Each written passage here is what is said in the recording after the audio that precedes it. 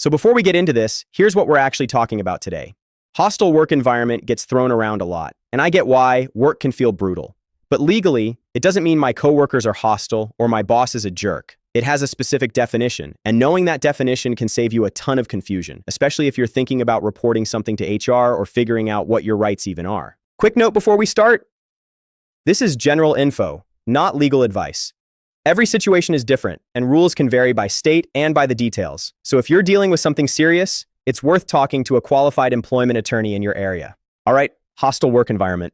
People say that phrase all the time, and I get why. Work can feel nasty, tense, and personal. A boss is rude, coworkers are passive-aggressive, somebody's gunning for you, and every day feels like a grind. But here's the catch. A hostile work environment isn't just my workplace is hostile. It's a legal term with a pretty specific meaning. And if you use it the wrong way, you can end up talking past HR, talking past your company, and honestly, talking past the law. So what actually counts? A hostile work environment is basically a type of workplace discrimination. The behavior has to be tied to a protected characteristic. Think race, sex, gender, religion, national origin, disability, age, and other protected categories depending on where you live. That's the first big filter. If the conduct isn't connected to a protected characteristic, it might still be unfair, toxic, or abusive. It just usually won't qualify as a hostile work environment claim. Now let's break down the core ingredients most courts look for. There are three main parts. First, the language or behavior has to be because of a protected characteristic. That can be obvious, like racist comments, sexist jokes, slurs, or mocking someone's disability, but it can also be less direct. For example, if one person in a protected group keeps getting targeted, singled out, or treated worse than everyone else, and there's a clear pattern,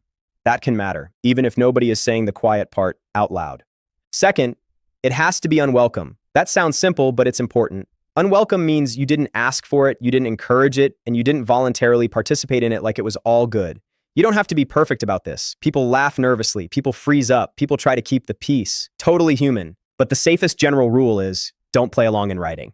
If something crosses a line, you want your response, if you respond at all, to reflect that it's not okay. And third, the conduct has to be severe or pervasive enough that it changes the conditions of your job. This is the part most people don't realize. The law isn't usually triggered by one rude comment or one awkward moment. It's looking for either severe, like something extreme, threats, serious harassment, physical intimidation, unwanted touching, that kind of thing. Or pervasive, meaning it happens repeatedly over time. The little jabs, the constant comments, the steady drip that makes it hard to do your job normally. And when we say changes the conditions of your employment, picture what it does to your day-to-day. Maybe you start avoiding certain areas. You change your schedule. You take a different route to your desk. You stop participating in meetings. Your work suffers because you're spending mental energy just trying to get through the day without getting hit again. That's the idea. Now, here's another big piece people miss.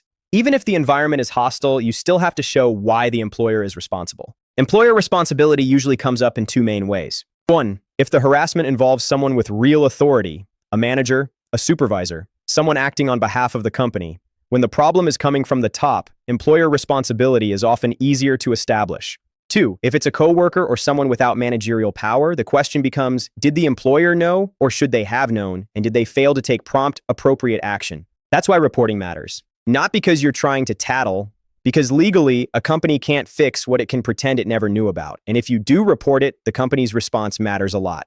Did they investigate? Did they separate people? Did they actually stop the behavior? Or did they brush it off and leave you stuck in the same mess? Now let's talk real life for a second.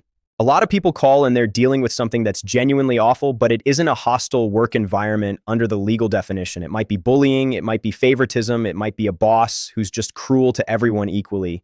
That can still be a big problem, it can still be a reason to leave, and it can still be worth documenting. It's just not always a discrimination-based hostile work environment. So if you're trying to figure out where your situation fits, ask yourself two questions. Is this behavior tied to a protected characteristic, or is it happening because of who I am in a legally protected way? And is it severe or ongoing enough that it's changing how I can do my job? If the answer is yes to both, that's when the phrase hostile work environment starts to make more sense legally. And if you're wondering what someone can recover in a case like this, it depends on the facts and the law where you are, but you'll often hear categories like lost wages, emotional distress damages, attorney's fees, and sometimes punitive damages in more extreme situations. Again, it's fact-specific. The details matter a lot. So here's the clean takeaway. A hostile work environment isn't just people are mean at work. It's unwelcome conduct tied to a protected characteristic, and it's severe or frequent enough that it changes the conditions of your employment. Then, you also need a clear reason the employer is legally responsible, usually because leadership was involved or because the company knew and failed to act. If this helped you understand the difference between toxic workplace and hostile work environment in the legal sense, like and subscribe for more. Thanks for watching.